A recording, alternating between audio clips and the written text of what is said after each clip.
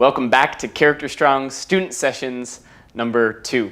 Last time we chatted, I introduced you to 6 amazing young people: Nadine, Malia, Driver, Hayden, Jace, and Robert.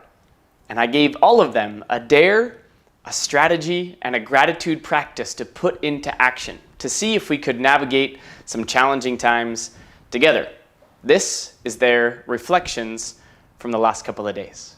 So this week we were challenged to think of an emotion that we've been feeling and to come up with a 6-worded phrase to describe that emotion. So the emotion that I've been feeling this week was anxious, and the phrase that I came up with was worried about what I can't control.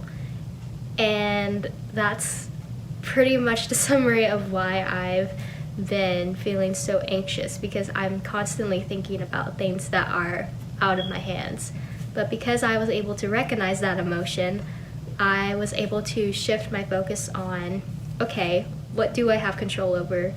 And even to the things that I don't have control over, how can I respond to it in a way to help me and my peers move forward?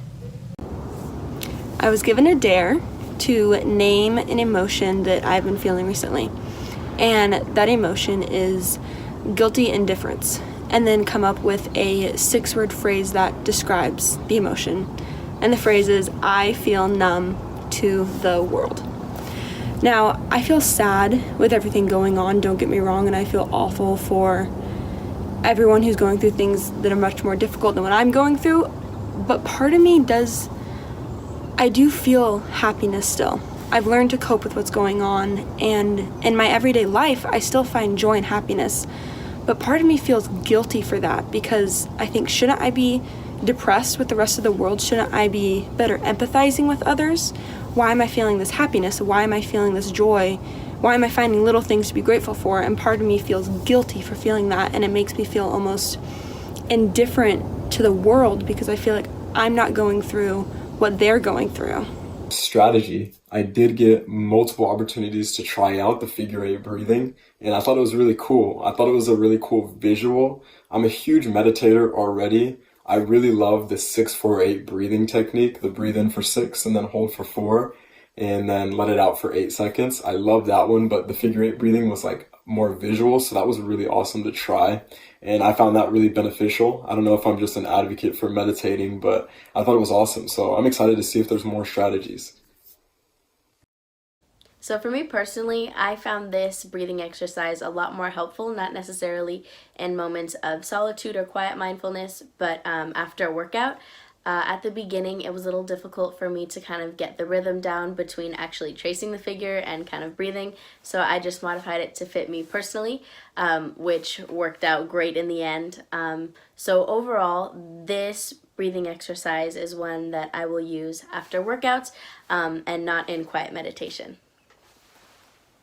So every single day I practiced something where I had to take a time and set it apart out of my day where I was specifically focusing on practicing gratitude. So I found throughout the day that I was practicing saying, you know what, I'm really thankful. Although I have to do these dishes, I'm grateful that I have dishes and food to put on these plates.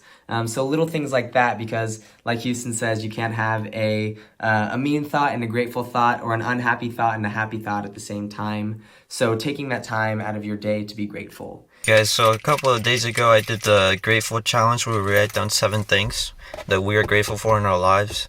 I actually like this challenge. I think it works. It could work for a lot of people.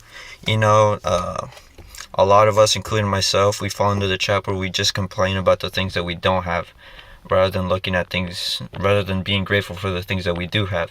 You know, in times like these, in the situation that all of us are right now across the world, I think remaining positive is the best thing that we can do, you know, because if we're just negative the whole time, the tension inside our homes can get ugly, you know. So remaining positive, it sets a good vibe for everyone, and you can remain calm during these tough times. As you can tell, it's not always critical that we necessarily do all the dares or practice all the strategies. Sometimes just thinking about it is enough to make progress. The more tools we have in our toolbox, the more likely we know how to address the problem when they come up.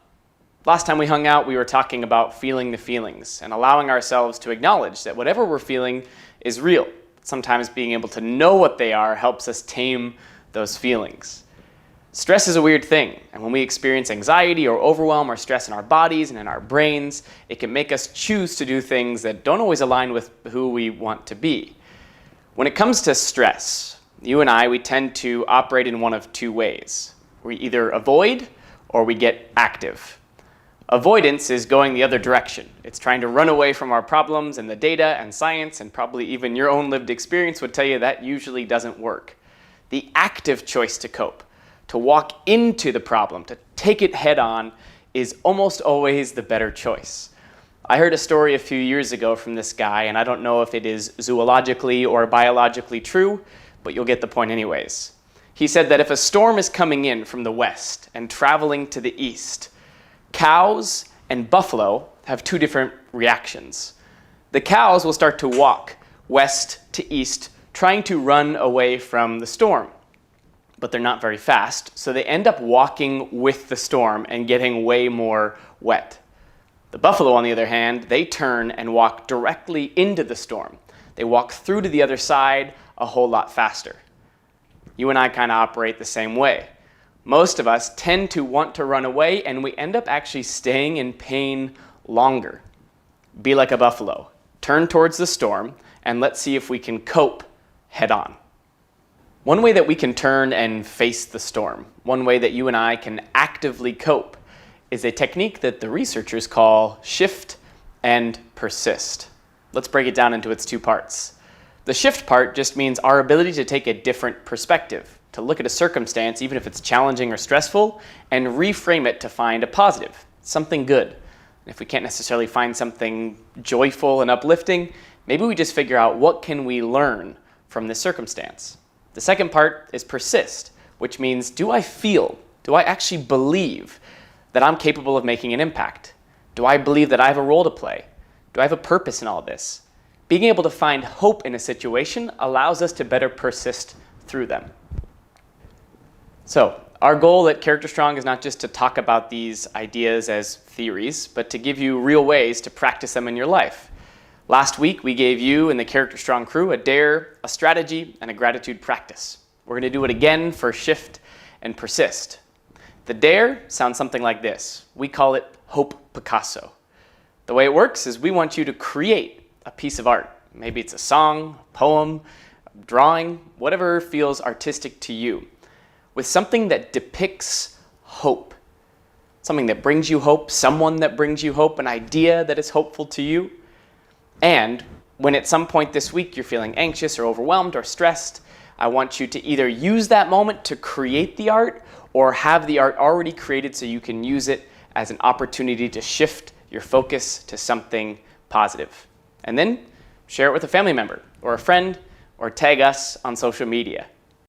Again, the dare is more of like the proactive thing. The strategy is more of that reactive thing, like when you're feeling blank.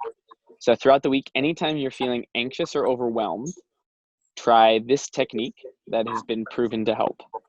Ask yourself, how upset will I be about this next year? How upset will I be about this when it's all over?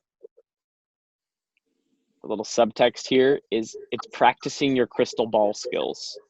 And in research, this is true, they call it temporal distancing.